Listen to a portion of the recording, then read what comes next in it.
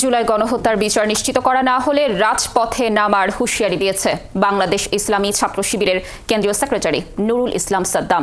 Doctor Mohammad Yunus কিভাবে বাংলাদেশের সরকার প্রধান হলেন, কিভাবে প্রধান উপদেষ্টা হলেন, তার পেছনে একটি ঘটনা আছে, একটি ইতিহাস আছে, একটা গল্প আছে।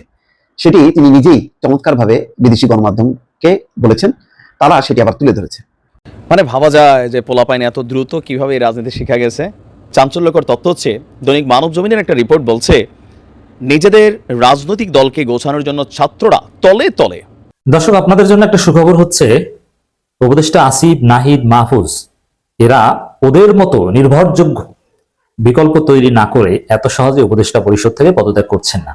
ছাত্ররা দল গঠন করছে, এটা এখন মোটামুটি নিশ্চিত। তবে এই দল গঠনের পরামর্শ আর অনুরোধ করেছেন ডক্টর মোহাম্মদ ইউনূস। ব্রিটিশ গণমাধ্যম দ্য ফিনান্সিয়াল টাইমসকে দেয়া এক পডকাস্ট সাক্ষাৎকারে অন্তর্বর্তী সরকার প্রধান যা বলেছেন তাতে এমনই মনে করছেন সচেতনরা। ন্যাশনাল প্রেয়ার ব্রেকফাস্ট অনুষ্ঠানে বিএনপির ভারপ্রাপ্ত চেয়ারম্যান তারেক রহমানের পরিবর্তে অংশ নেবেন তার কন্যা ব্যারিস্টার জাইমা রহমান। তার এই কর্মসূচিতে অংশ নেয় বিষয়টি নিয়ে রাজনৈতিক মহলে গুঞ্জন উঠেছে, এবার কি সক্রিয়ভাবে রাজনীতিতে আসছেন তারেক কন্যা জাইমা? যদিও তার রাজনীতিতে পা রাখার বিষয়টি নিয়ে দল থেকে স্পষ্ট ধারণা পাওয়া যায়নি। বৈষম্য বিরোধী ছাত্র আন্দোলনের অন্যতম সমন্বয়ক এবং জাতীয় নাগরিক কমিটির মুখ্য সংগঠক সার্জিস আলম বিবাহ বন্ধনে আবদ্ধ হয়েছেন, তবে পাত্রীর নাম পরিচয় জানা যায়নি। শুক্রবার তিনি বিবাহ বন্ধনে আবদ্ধ হন। এক ফেসবুক পোস্টে বিষয়টি জানিয়েছেন অন্তর্বর্তীকালীন সরকারের যুব ও ক্রীড়া উপদেষ্টা আসিফ মাহমুদ সজীব ভূঁইয়া। আসসালামু আলাইকুম প্রিয় দর্শক, বর্তমান সময়ের রাজনৈতিক প্রেক্ষাপট বা পরিস্থিতির উপর বিশ্লেষণ করে আপনাদের সামনে কিছু গুরুত্বপূর্ণ ভিডিও ফুটেজ নিয়ে হাজির হয়েছি। এমনকি দর্শক, আমি আশা করছি যারা ভিডিওটি অন করেছেন তারা সম্পূর্ণ ভিডিওটি মনোযোগ সহকারে দেখবেন, তাহলেই বুঝতে পারবেন ভিডিওর মূল রহস্য বা আসল ঘটনাগুলো। তো প্রিয় দর্শক, আমি আর বেশি কথা বাড়াতে চাই না, চলুন দেখে আসি আজকের সেই কাঙ্ক্ষিত ভিডিওগুলো। তবে তার আগে বলি, যারা এখনও চ্যানেলটি সাবস্ক্রাইব করেননি তারা চ্যানেলটি সাবস্ক্রাইব করে পাশে থাকা বেল আইকনটি বাজিয়ে দেবেন, আর যারা ইতিমধ্যে সাবস্ক্রাইব করে রেখেছেন তাদেরকে অসংখ্য ধন্যবাদ। তো চলুন দর্শক, একটা লাইক দিয়ে আমরা ধারাবাহিকভাবে সকল ভিডিওর বিস্তারিত আলোচনা দেখে আসি। ডক্টর মোহাম্মদ ইউনূস কিভাবে বাংলাদেশের সরকার প্রধান হলেন, কিভাবে প্রধান উপদেষ্টা হলেন, তার পেছনে একটি ঘটনা আছে, একটি ইতিহাস আছে, একটা গল্প আছে। সেটি তিনি নিজেই চমৎকারভাবে বিদেশি গণমাধ্যমকে বলেছেন, তারা সেটি আবার তুলে ধরেছে। আমরা জানি যে যখন বাংলাদেশের পট পরিবর্তন হচ্ছিল 5ই আগস্ট, তখন ডক্টর মোহাম্মদ ইউনূস ফ্রান্সে একটা সেমিনার বা সিম্পোজিয়ামে গিয়েছিলেন। সেখানে তিনি সম্ভবত আবার অসুস্থ হন, তখন হাসপাতালে ভর্তি হন। সেই হাসপাতালে ভর্তি থাকা অবস্থায় তিনি খবর পান যে বাংলাদেশে এরকম একটি ঘটনা চলছে এবং তিনি মোবাইলে দেখতেন বাংলাদেশের ঘটনাবলী। তারপর তাকে প্রস্তাব দেওয়া হয়। এই কথোপকথনের এক পর্যায়ে হঠাৎ করেই পুরো চালচিত্র বদলে যায়। ওই হাসপাতালের নার্স প্রথমে সে একটি ফুলের তোড়া উপহার দেন, তিনি অবাক হন।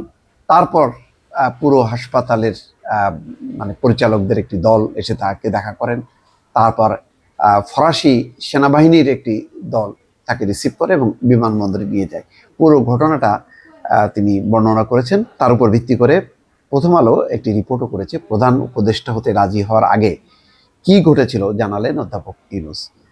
ফ্রান্সের রাজধানী প্যারিসে হাসপাতালে থাকার সময় প্রধান উপদেষ্টা হওয়ার প্রস্তাব পাওয়া, ঢাকায় আন্দোলনকারী ছাত্র নেতাদের সঙ্গে মুঠোফোনে সংলাপ এবং সেই সময় তার চিন্তা ভাবনা নিয়ে খোলামেলা কথা বলেছেন অন্তর্বর্তী সরকারের প্রধান উপদেষ্টা ডক্টর মোহাম্মদ ইউনূস।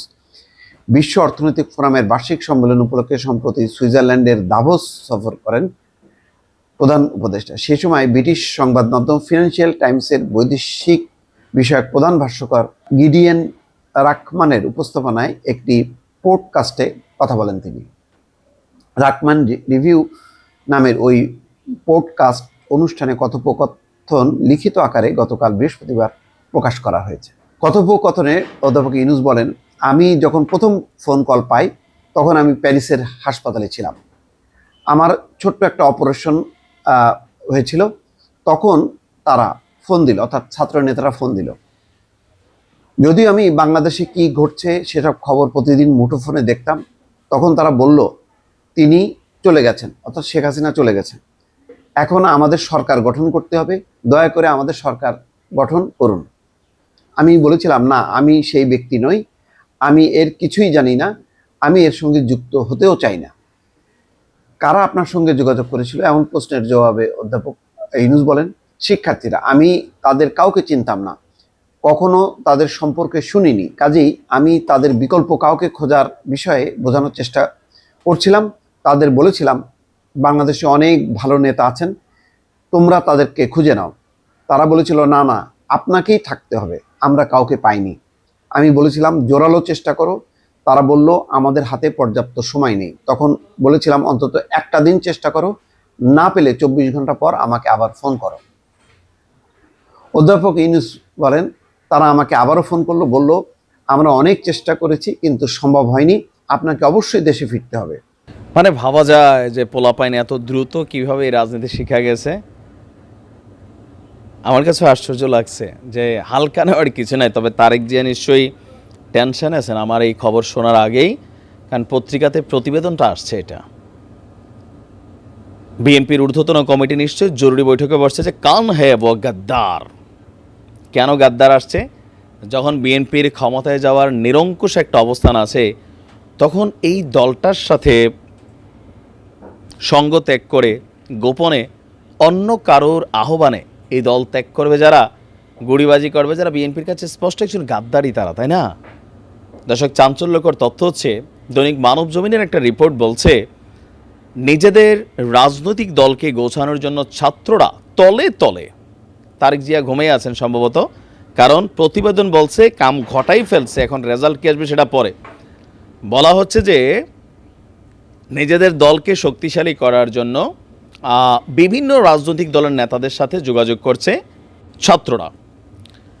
এই তালিকায় রয়েছে বিএনপি সহ অন্যান্য ছোট দলের নেতারা। অন্যান্যরা থাকতেই পারে, কিন্তু বিএনপি কিভাবে?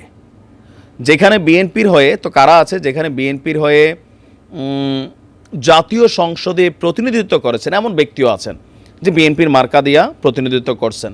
যেমন জামাতের আমির, তিনি সম্ভবত বিএনপির মার্কা নিয়ে ভোট করছিলেন, তবে তার কথা এখানে আসে নাই, কথাটা অন্য। বলা হচ্ছে যে এছাড়াও দলটির তরুণ কয়েকজন নেতাকে দলে ভিড়ানোর চেষ্টা চলমান রয়েছে ছাত্রদের।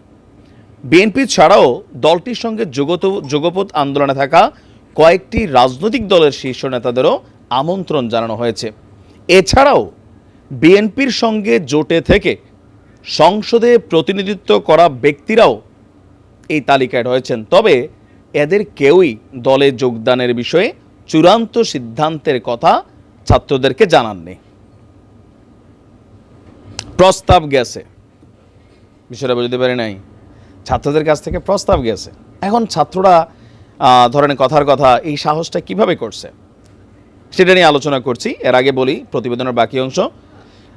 যাদেরকে প্রস্তাব দেওয়া হয়েছে, কেউ কেউ নিজেদের অনাগ্রহের কথা জানাইছেন যে ভাই আমরা রাজি না, আবার সিদ্ধান্ত নিতে সময়ও নিচ্ছেন কেউ কেউ।